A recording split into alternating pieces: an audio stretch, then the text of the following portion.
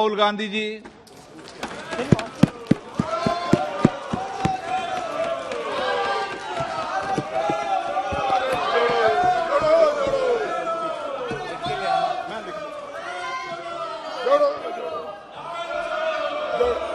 Speaker sir, thank you for allowing me to speak on the President's address. It's an honor for me to be able to speak at this House today.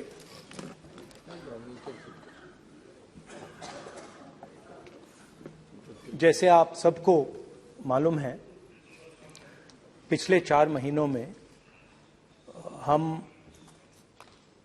Bharat जोड़ो यात्रा कन्याकुमारी से लेकर कश्मीर तक हम पैदल चले।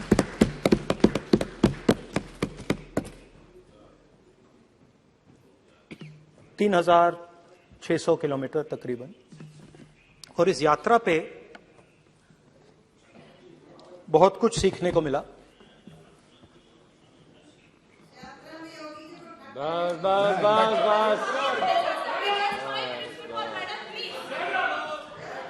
इस यात्रा में बहुत कुछ सीखने को मिला और जो जनता की आवाज, हिंदुस्तान की आवाज है, उसको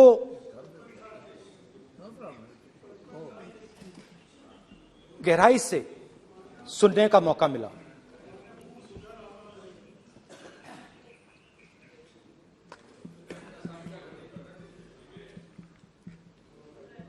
शुरुआत में, यात्रा की शुरुआत में मैंने सोचा था कि 3,500 किलोमीटर चलने हैं और मुश्किल है मगर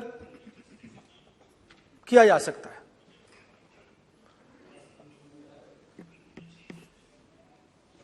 आप भी राजनेता हो, हम भी राजनेता हैं। हाँ, सेवक कह लीजिए। और नॉर्मली आजकल की राजनीति में जो हमारी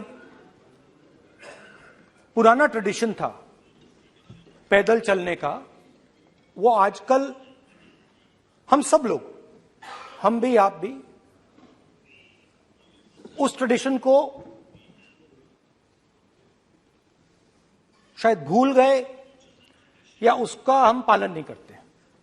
मैं भी उसमें शामिल था, आप भी उसमें शामिल हैं। हम सब, कोई गाड़ी में जाता है, कोई हवाई जहाज में जाता है, कोई हेलीकॉप्टर में जाता है, मगर पैदल कम चलते हैं। ठीक है, ठीक है। और जब पैदल चला जाता है, हाँ पैदल जाएंगे, सब जगह पैदल जाएंगे, घबराइए मत। तो जब पैदल चला जाता है,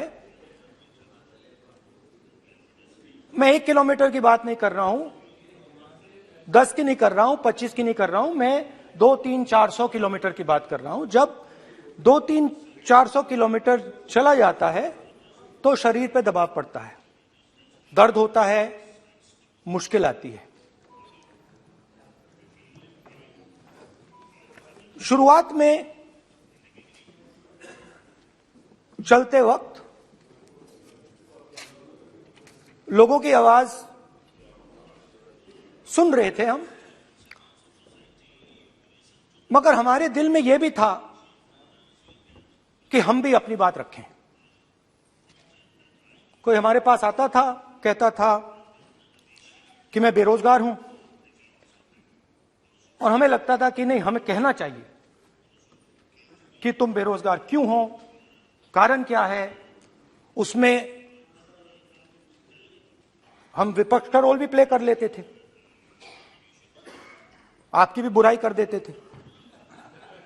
नहीं, वो तो है, वो भी करेंगे, हम भी करेंगे। मगर थोड़ी देर चलने के बाद एक बदलाव आया और जो हमारी आवाज थी, जो ये डिजायर था बोलने का कि भैया बेरोजगारी इसलिए है, महंगाई इसलिए है, वो बिल्कुल बंद हो गई। क्योंकि हमने इतने लोगों से बात की, मतलब हजारों लोगों से बात की, बच्चों से, बुजुर्गों से, महिलाओं से, माताओं से, बहनों से, कि थोड़ी देर बाद ये बिल्कुल आवाज बंद हो गई। और फिर हम गहराई से, और मैं खुल के कह सकता हूं, मैंने तो अपनी जिंदगी में इस प्रकार से कभी पहले सुना ही नहीं था। क्योंकि हम सब में थोड़ा सा अहंकार होता है कि हम ही बता दें, अपनी बात रख दें।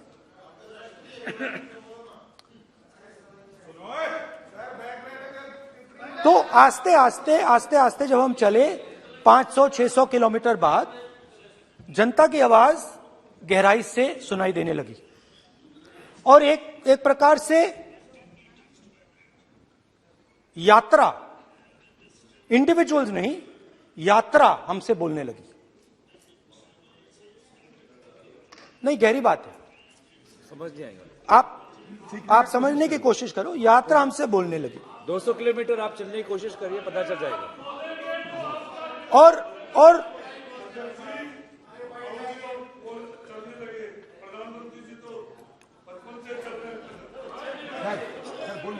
वो चाय बेचने इसलिए जाते थे। तो यात्रा बोलने लगी।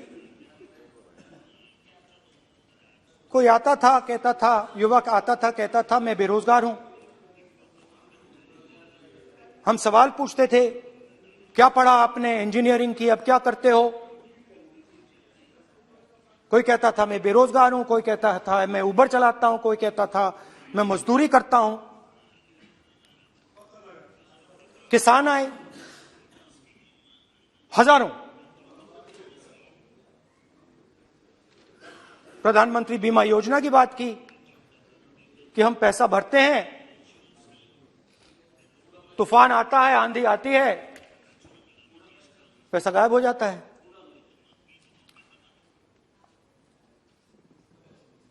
किसानों ने यह भी कहा कि हमारी जमीन छीन ली जाती है, हमें सही रेट नहीं मिलता। जमीन अधिग्रहण बिल जो था वो लागू नहीं होता। आदिवासियों ने कहा, वनवासियों ने नहीं, आदिवासियों ने, कि जो ट्राइबल बिल में हमें दिया जाता था वो आज छीना जा रहा है। तो बहुत सारी चीजें हमको सुनने को मिली, मगर मेन थ्रस्ट, अगर मैं कहूं, मेन थ्रस्ट बेरोजगारी, महंगाई और किसान। उसमें एमएसपी थी, उसमें बीज की समस्या थी, किसान बिल की समस्या थी। अच्छा, अग्निवीर की भी बात की लोगों ने। आपने अभी बोला कि अग्निवीर देश को फायदा पहुंचाएगा, मगर हिंदुस्तान का युवा जो 4 बजे दौड़ता है, आर्मी में भर्ती होने के लिए दौड़ता है, वो आपकी बात से सहमत नहीं है। उनने हमसे कहा कि पहले हमें 15 साल की सर्विस मिलती थी, पेंशन मिलती थी, अब 4 साल के बाद हमें निकाल दिया जाएगा, कुछ नहीं मिलेगा, पेंशन नहीं मिलेगी। सीनियर ऑफिसर्स ने कहा कि हमें तो लगता है कि ये जो अग्निवीर योजना है ये आर्मी के अंदर से नहीं आई, ये कहीं और से आई है, ये आरएसएस से आई है, होम मिनिस्ट्री से आई है। ये सीनियर आर्मी के लोगों ने कहा है, मैं नहीं कह रहा हूं, कि हमें लगता है कि ये आर्मी के ऊपर ये योजना थोपी गई है और ये आर्मी को कमजोर करेगी। आर्मी के जनरल्स ने हमें कहा, जो रिटायर्ड हैं, उन्होंने हमें कहा, राहुल जी, हजारों लोगों को हम हथियार की ट्रेनिंग दे रहे हैं और फिर थोड़ी देर बाद उनको समाज में डाल रहे हैं। बेरोजगारी है, समाज में हिंसा बढ़ेगी।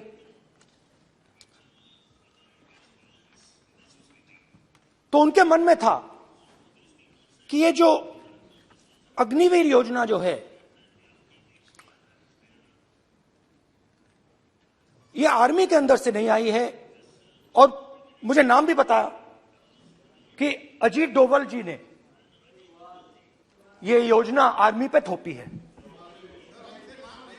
क्यों नहीं ले सकते? क्यों नहीं ले सकते? बिल्कुल ले सकते हैं, पार्लियामेंट में थोड़ी है वो।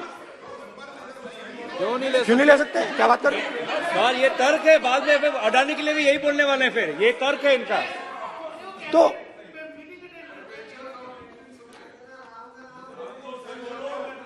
तो इंटरेस्टिंग बात यह है, इंटरेस्टिंग बात यह है कि मैंने फिर प्रेसिडेंट्स एड्रेस पढ़ा।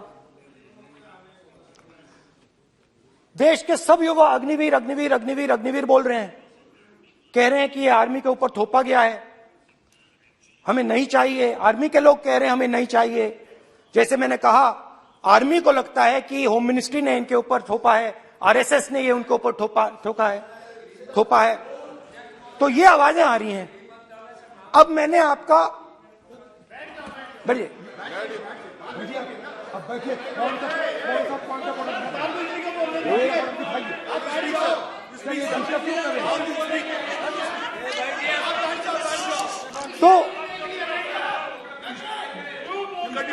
तो एक फर्क, ये थोड़ा पानी ले आओ मेरे, पानी। तो मुझे एक फर्क दिखा प्रेसिडेंट्स एड्रेस में बहुत सारी चीजें बोली गई। अग्निवीर के लिए एक लाइन थी, एक शब्द, एक बार अग्निवीर शब्द का प्रयोग किया गया और वो भी अग्निवीर योजना हमने दी, उससे ज्यादा कुछ नहीं बोला। कहां से आई, कौन लाया, किसको फायदा होगा, ये नहीं बोला। बेरोजगारी शब्द ही नहीं था उसमें। आपने देखा होगा, बेरोजगारी शब्द ही नहीं था प्रेसिडेंट एड्रेस में। महंगाई शब्द ही नहीं था। तो जो यात्रा में हमें सुनने को मिला, अग्निवीर, महंगाई, किसान, बेरोजगारी, प्रेसिडेंट एड्रेस में था ही नहीं। तो ये मुझे थोड़ा अजीब लगा कि जनता कुछ कह रही है और प्रेसिडेंट एड्रेस में कुछ और सुनाई दे रहा है। अच्छा, एक और चीज हमें बताई गई। तमिलनाडु से लेकर केरला, महाराष्ट्र, मध्य प्रदेश, सब जगह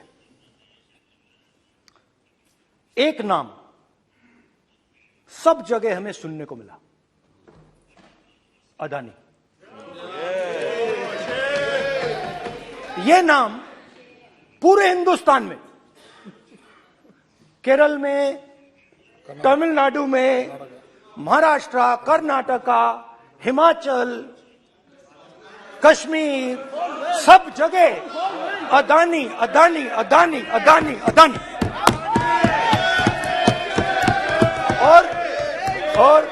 और ये नाम नहीं, और इस नाम के बारे में जब लोग बोलते थे मुझसे, तो 2-3 सवाल पूछते थे। ये पूछते थे कि ये जो अदानी जी हैं, ये किसी भी बिजनेस में घुस जाता है, ये सफलता प्राप्त कर जाता है, ये कभी फेल नहीं होता। और युवाओं ने मुझसे यह सवाल पूछा कि भाई ये हो क्या रहा है, हम भी सीखना चाहते हैं। मोदी जी ने कहा स्टार्टअप करो, हम भी अदानी जी जैसे बनना चाहते हैं। तो भैया किसी भी बिजनेस में घुस जाओ और एकदम सक्सेस हो जाए। यह पहला सवाल था। दूसरा सवाल था कि ये अदानी जी हैं, ये किसी भी बिजनेस में घुस जाते हैं। पहले ये 1-2 बिजनेस करते थे, अब ये 8-10 सेक्टर्स में काम करते हैं। Airports, data centres, cement, solar energy, wind energy, aerospace and defence, consumer finance, renewables, media. तो उन्होंने मुझसे पूछा कि राहुल जी, हाँ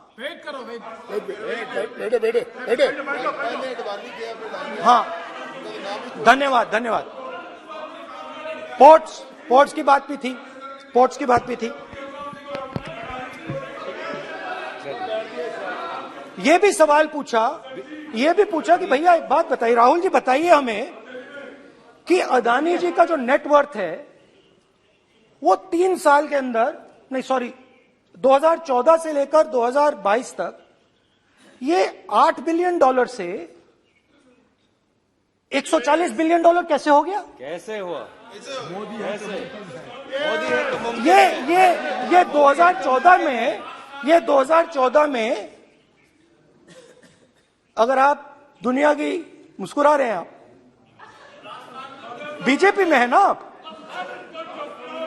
तो ये लिस्ट आती है, एक लिस्ट आती है दुनिया के सबसे अमीर लोगों की। इस पे ये 609 नंबर पे थे 14 में। 609 पीछे बिल्कुल। पता नहीं जादू हुआ,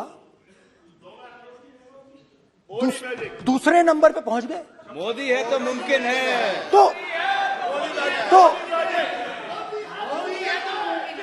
तो मुझसे पूछा यार, बहुत सारे लोगों ने पूछा कि भैया राहुल जी बताइए, हिमाचल में सेब की बात होती है, अदानी जी। कश्मीर में सेब की बात होती है, अदानी जी। पोर्ट्स की बात होती है, अदानी जी। एयरपोर्ट्स की बात होती है, अदानी जी। इंफ्रास्ट्रक्चर, अच्छा हम सड़क पे चल रहे हैं, मैं पूछूं किसने बनाई? अदानी जी।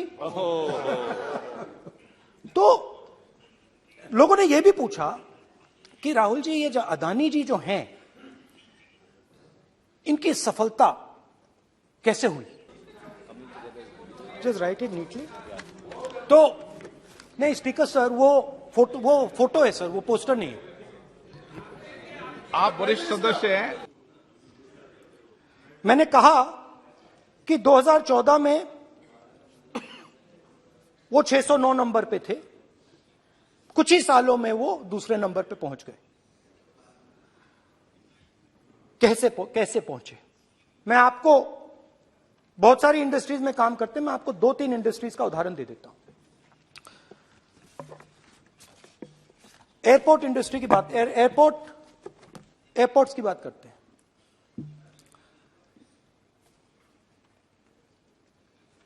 कुछ साल पहले सरकार ने हिंदुस्तान के एयरपोर्ट्स को डेवलप करने के लिए दिया। नियम था, there was a rule that anybody who does not have prior experience in airports cannot be involved in development of these airports. नहीं, गलत नहीं बोल रहा हूं।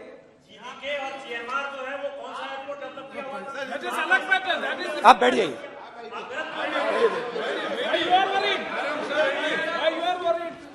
अडानी के डिफेंस में आ गए सर।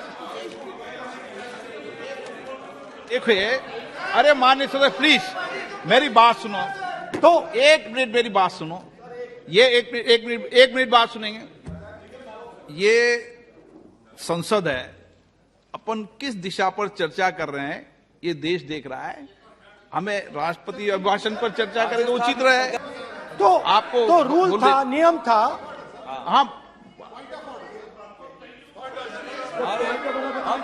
पॉइंट ऑफ ऑर्डर किस पे है ये? सर कैसे एयरपोर्ट का प्राइवेटाइजेशन तो उनके समय हुआ, ऐसी कोई पार्टी थी जिसका अनुभव था? ये कौन सी बात कर रहे हैं? बोलिए। ओके प्लीज ओके, बोलने दे आपको नेता को। तो बोलने दे आपको नेता को। रूल था, प्लीज बोलने दे। रूल था कि अगर कोई एयरपोर्ट बिजनेस में नहीं था तो वो इन एयरपोर्ट्स को ले नहीं सकता था। इस रूल को हिंदुस्तान की सरकार ने बदला। किसी ने भी बनाया हो, रूल था। बदला है, किसी ने भी बनाया हो, रूल था।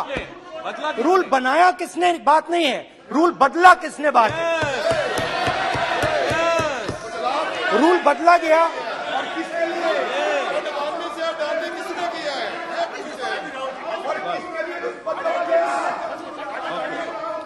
रूल बदला गया।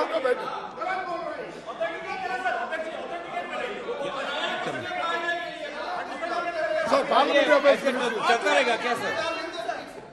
पार्लियामेंट्री अफेयर्स मिनिस्टर से इंडिया रूल को बदला गया। सर बोलने दीजिए। करना चाहिए सर, ऑथेंटिकेट करना चाहिए। चलिए चलिए आप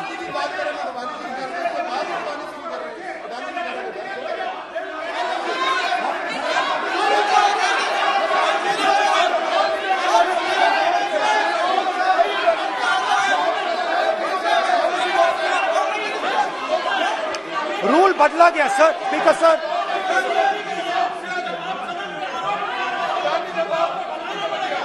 बैठे बैठे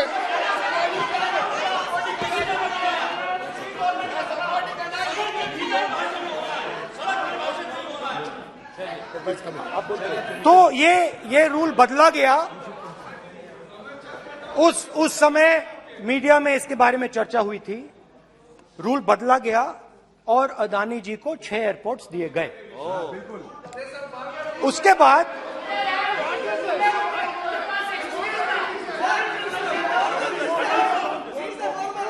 after that India's most strategic profitable airport, Mumbai Airport,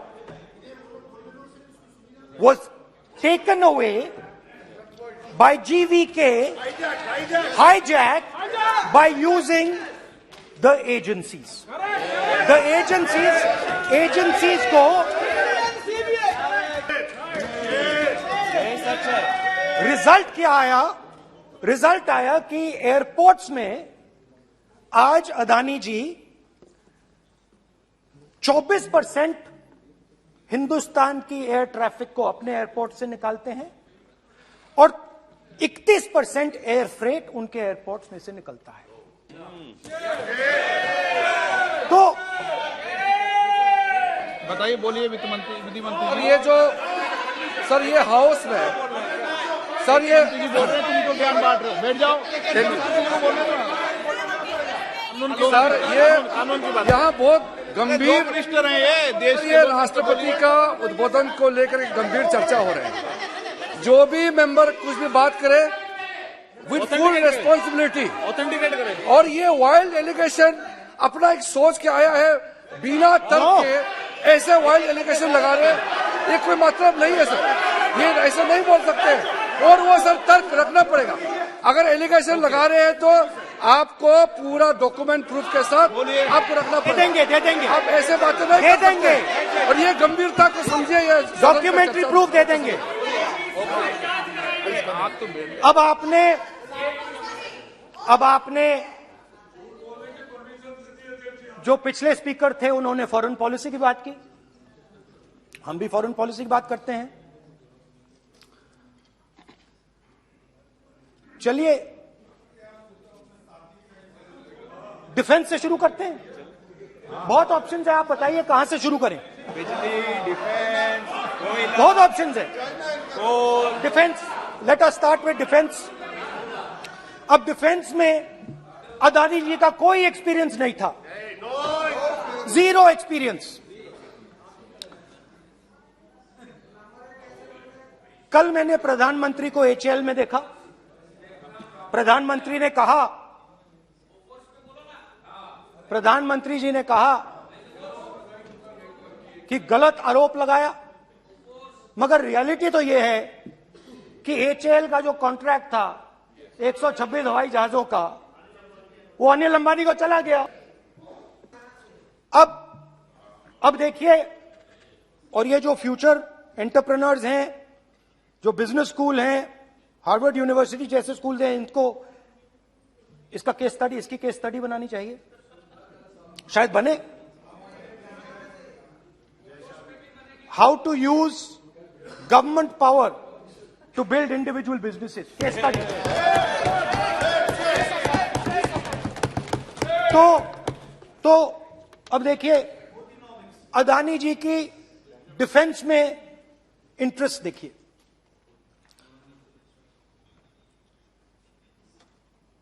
Elbit company के साथ हिंदुस्तान में अदानी जी ड्रोन्स बनाते हैं। ड्रोन्स को हिंदुस्तान की एयरफोर्स, आर्मी, नेवी के लिए रीफिट करते हैं। अदानी जी ने यह काम कभी नहीं किया है पहले। एचएएल ये काम करती है। हिंदुस्तान में और भी कंपनीज हैं जो ये काम करती हैं, मगर एक नहीं मिलता। ये मत सोचिए कि ये सिर्फ एक कंपनी की बात हो रही है, ये इंडस्ट्रीज की बात होती है यहां पे। जैसे मैंने आपको दिखाया, एयरपोर्ट का पूरा सिस्टम उठा के ले गए, 30% मार्केट शेयर एयरपोर्ट में ले गए, वैसे ही डिफेंस में करा। तो 4 डिफेंस की इनके पास कंपनीज हैं। यह काम इन्होंने कभी नहीं किया। स्मॉल आर्म्स, जिसमें टवॉर है जो हमारी स्पेशल फोर्सेस यूज करती है, आर्मी यूज करती है, जिसमें गलील स्नाइपर राइफल है, ये सब अदानी जी बनाते हैं। हां, उसमें पेगासस भी है, तो पता नहीं वहां से क्या मतलब, पेगासस कैसे आया, क्या हुआ, किसने दिया। अच्छा, एक और बड़ी इंटरेस्टिंग चीज है, एक कंपनी है अल्फा डिफेंस, जो डिफेंस इलेक्ट्रॉनिक्स का काम करती है, एवियोनिक्स का काम करती है, और बहुत स्ट्रेटेजिक कंपनी है। वो भी अदानी जी के हवाले कर दी गई, अदानी जी ने एक्वायर कर लिया। तो आपने देखा कि एयरपोर्ट्स का बिजनेस 30% मार्केट शेयर, हिंदुस्तान और इजराइल का जो वेपन्स का बिजनेस है 90% उठा के ले गए। अब मैंने आपको इजराइल की बात बताई, ऑस्ट्रेलिया चलते हैं। कोयला ऑस्ट्रेलिया चलिए। ऑस्ट्रेलिया में अदानी जी जाके, नहीं क्यों, आप तो डिबेट करना चाहते थे, आप ही तो डिबेट करना चाहते थे। आपने बोला था कोई भी विषय पे डिबेट हो, तो हो गया अब डिबेट। अब क्यों डर रहे हो डिबेट से? अब क्यों डर रहे हो डिबेट से? क्यों डर रहे हो? जब हमने जेपीसी की मांग की, आपने बोला सदन में उठाओ। अब क्यों डर रहे हो? अब क्यों डर रहे हो? अब क्यों डर रहे हो? आप चर्चा से क्यों डर रहे हो? चर्चा से डर रहे हो आप?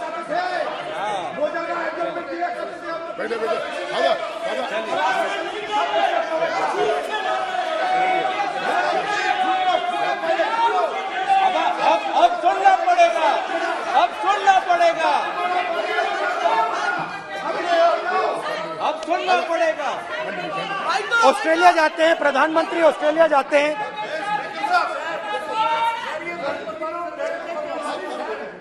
प्रधानमंत्री ऑस्ट्रेलिया जाते हैं।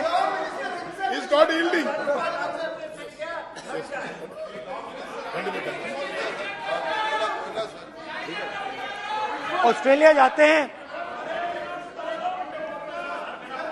क्या नंबर बताएं? 369। सर ये क्या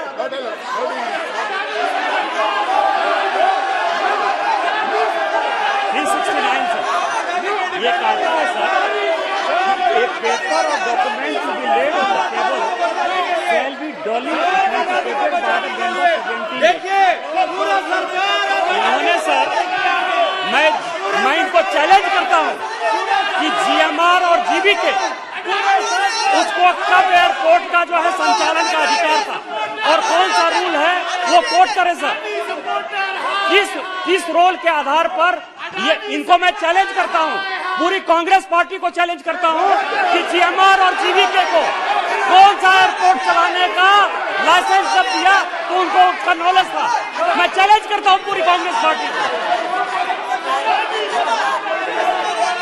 जब इन्होंने बिरला को बनाने का दिया, डालमिया को बनाने का दिया, टाटा को बनाने का दिया लाइसेंस, उस वक्त उनको कौन सा मोटर चलाने का अधिकार था सर?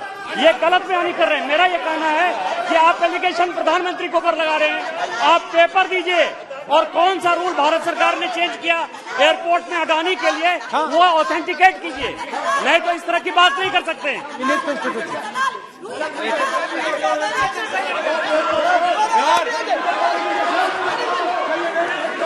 करना पड़ेगा।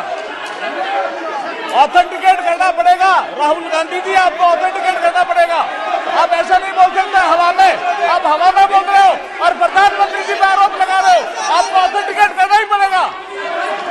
आप ऐसे ही बोल रहे हो कि जीएमआर का जीवीके का समय रूल था, कहा था रूल, कोई रूल नहीं था। आपको यह तो ऑथेंटिकेट और ऑथेंटिकेट करके ही रखना पड़ेगा आपको। पहले रखिए और उसके बाद आगे बात करने देंगे, नहीं तो माफी मांगिए देश से। आप प्रधानमंत्री जी पर आरोप लगा रहे हैं, सर बोलने दीजिए।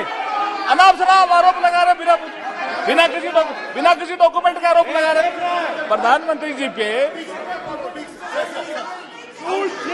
रूल 353 सर, रूल 353 किया है sir, no allegation of defamatory और incriminatory nature shall be made unless you have given notice. छोड़िए, वो तो प्रधानमंत्री के खिलाफ एलिगेशन लगा रहे हैं बिना नोटिस दिए, बिना कोई डॉक्यूमेंट दिए। सर ये रिकॉर्ड पर नहीं जाना चाहिए सर, ये बिल्कुल रूल का उल्लंघन है। और क्या क्या बातें वो कह रहे हैं सर, मैं उसको रिपीट नहीं करना। Reckless allegation, baseless allegation, in violation of rules, sir ये स्वीकार नहीं होना चाहिए। ओके सर, लेट अस एक सब बैठिए, ऑस्ट्रेलिया पीएम जाते प्लीज हैं। बैठिए, आप प्लीज बैठिए, वरिष्ठ वकील साहब बैठिए। ऑस्ट्रेलिया जाते हैं। एक मिनट राहुल जी, एक मिनट। नियम 369 भी मैंने देखा है, 353 भी देखा है। मेरा आग्रह है, सदन भारत की संसद है, हम एक ही विषय पर सारी राष्ट्रपति की चर्चा लगाए, ये उचित है क्या? फिर आपको बोलना बोले नहीं स्पीकर नो, साहब, गलत तरीका है। राहुल गांधी जी, आप बोल रहे नहीं, गलत तरीका है। क्या देश को संदेश देना चाहते हैं आप? क्या संदेश देना चाहते हैं देश को? चलिए राहुल गांधी जी। ऑस्ट्रेलिया में प्रधानमंत्री जाते हैं। आप बोलिए सर, स्पीकर सर,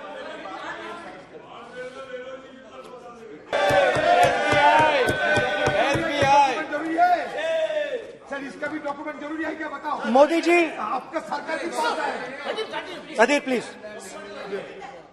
उसके बाद मैं उदाहरण दे रहा हूं, पूरी दुनिया में मोदी जी जाते हैं, घूमते हैं, तो मैं बता देता हूं क्या होता है वहां पे। बांग्लादेश में गए, हाँ काम पे ही जा रहे हैं, वही तो बोल रहा हूं, काम पे जा रहे हैं। बांग्लादेश जाते हैं तो ये रही आपकी फॉरेन पॉलिसी। ये हिंदुस्तान की फॉरेन पॉलिसी नहीं है। अब यात्रा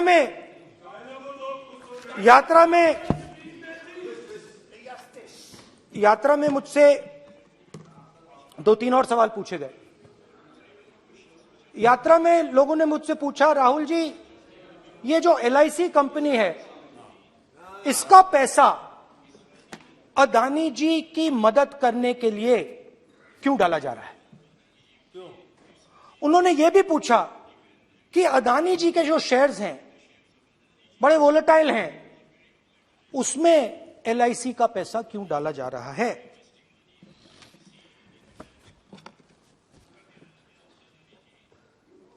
हजारों करोड़ रुपए हिंदुस्तान के पब्लिक सेक्टर बैंक्स अदानी जी को मिलता है।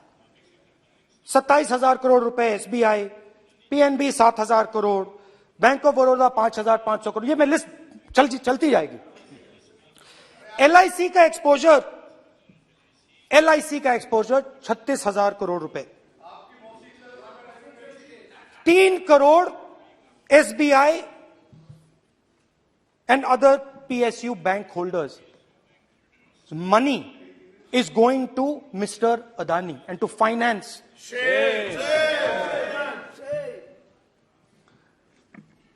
Now, of course, there is another question. तो मदद कैसे हो रही है? हिंदुस्तान के पब्लिक सेक्टर बैंक्स का पैसा, LIC का पैसा नरेंद्र मोदी जी, अदानी जी को दिया जा रहा है। अगर कोई सामने खड़ा हो जाता है, जैसे जीवी के लोग खड़े हुए, ED, CBI एजेंसीज आ जाती हैं, उनको परे कर देती हैं। तेलंगाना में भी एक पोर्ट का उदाहरण था, आंध्रा, सॉरी। मगर मेन सवाल और सबसे इंटरेस्टिंग सवाल दूसरा है।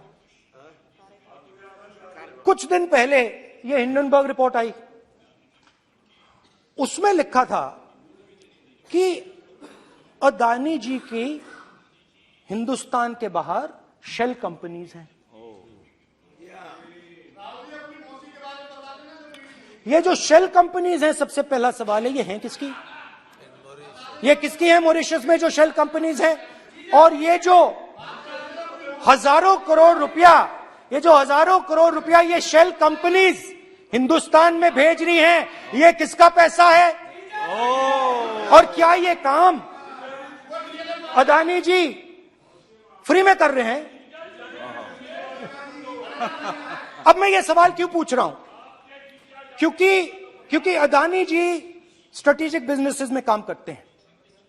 अदानी जी हिंदुस्तान के पोर्ट्स को डोमिनेट करते हैं। अदानी जी हिंदुस्तान के एयरपोर्ट्स को डोमिनेट करते हैं। और जैसे मैंने कहा, अदानी जी हिंदुस्तान की डिफेंस इंडस्ट्री में बहुत जरूरी रोल प्ले करते हैं। तो मेरा पहला एक छोटा सा सवाल है कि जो शेल कंपनीज हैं, इनके बारे में हिंदुस्तान की सरकार ने कोई सवाल नहीं उठाया कि ये कौन लोग हैं, ये किनकी कंपनीज हैं? ये स्ट्रेटेजिक मामला है, पोर्ट्स का मामला है, एयरपोर्ट्स का मामला है, डिफेंस का मामला है, और जो कंपनी इन स्ट्रेटेजिक एरियाज में काम कर रही है उनके बारे में आपको मालूम ही नहीं। ये नेशनल सिक्योरिटी का मुद्दा है, आपको मालूम ही नहीं कि ये शेल कंपनीज किसकी हैं, कितना पैसा आ रहा है, किसका पैसा आ रहा है। तो एक बहुत बड़ा सवाल है, ये पैसा किसका है, ये शेल कंपनीज किसकी हैं, और ये हिंदुस्तान की सरकार की जिम्मेदारी है ये पता लगाना ये किसकी शेल कंपनीज हैं और ये किसका पैसा अंदर आ रहा है। JPC, we want JPC.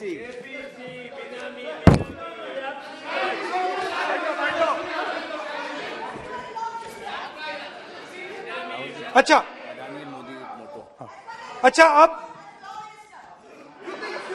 अब चलिए छोटा सा बजट के बारे में बता देता हूं।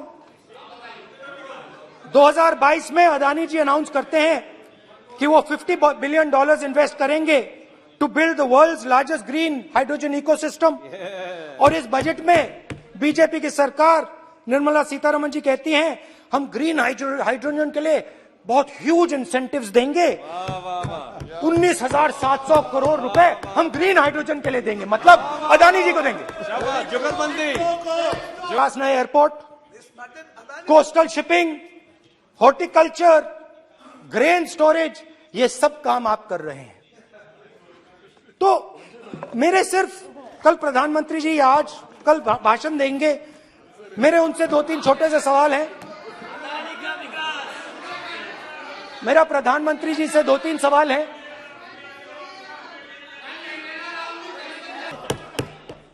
पहले लोकल मामला था, फिर नेशनल मामला हो गया, उसके बाद इंटरनेशनल मामला हो गया। अदानी जी के लिए बोरिस जॉनसन का बेटा काम करता है, आपको पता नहीं मालूम है या नहीं मालूम?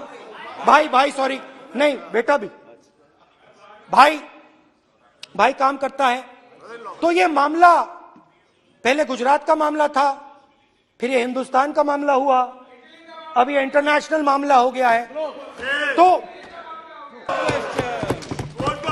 ऑल्सो एन इंपॉर्टेंट क्वेश्चन, जरूरी सवाल, अदानी जी ने बीजेपी को पिछले 20 साल में कितने पैसे दिए हैं?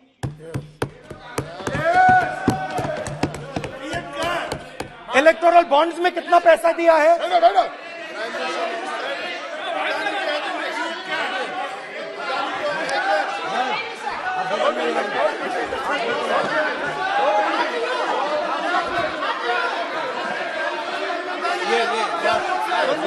And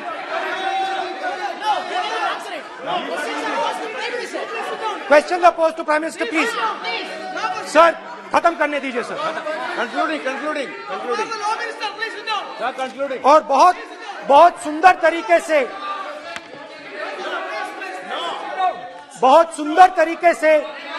वो मैं सिर्फ इतना कहना चाहता हूं, राहुल जी अभी आप सीनियर एमपी हो गए हैं, आप एक सीनियर एमपी हो चुके हैं।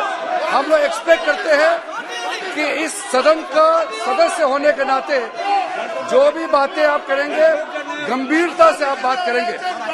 बाहर आप जो भी भाषण देते हैं हम लोग उसको रोक नहीं सकते हैं। इस सदन के अंदर में जो भी बात कही जाती है पूरा गंभीरता के साथ, प्रमाण के साथ कहे जाना चाहिए, ये परंपरा है। और राहुल जी ने कहा कि प्रधानमंत्री विदेश घूमने जाते हैं।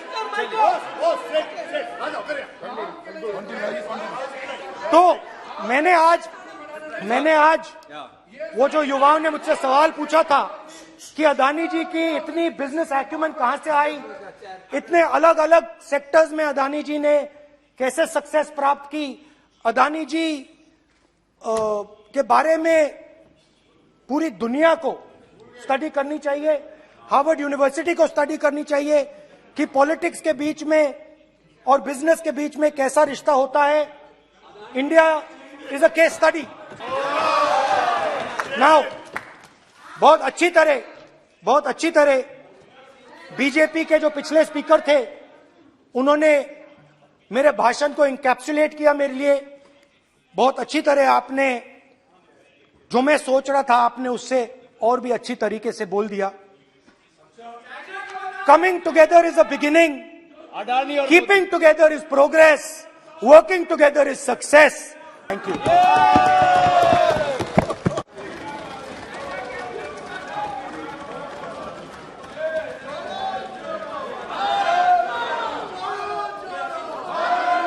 भारत जुड़ा हुआ है, चिंता मत करो। श्रीमती कनिमोझी, माननीय सदस्य मैं आग्रह कर सकता हूं, सदन आपका है। कोई अपनी यात्रा पर चर्चा करता है, कोई करता है, अच्छी हो राष्ट्रपति अभिभाषण पर चर्चा करो आप, तो ठीक लगेगा।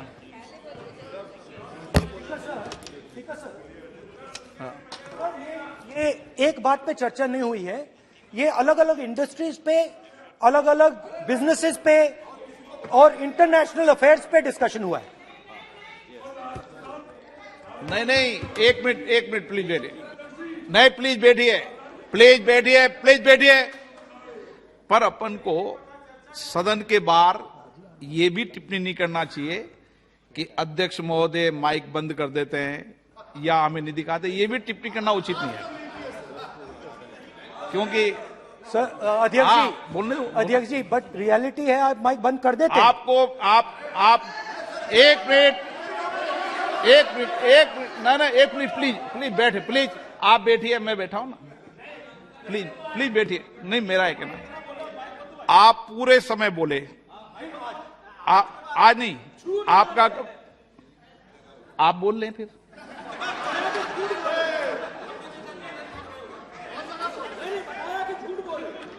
आप पूरे, ठीक है, थैंक यू। कनिमोझी जी।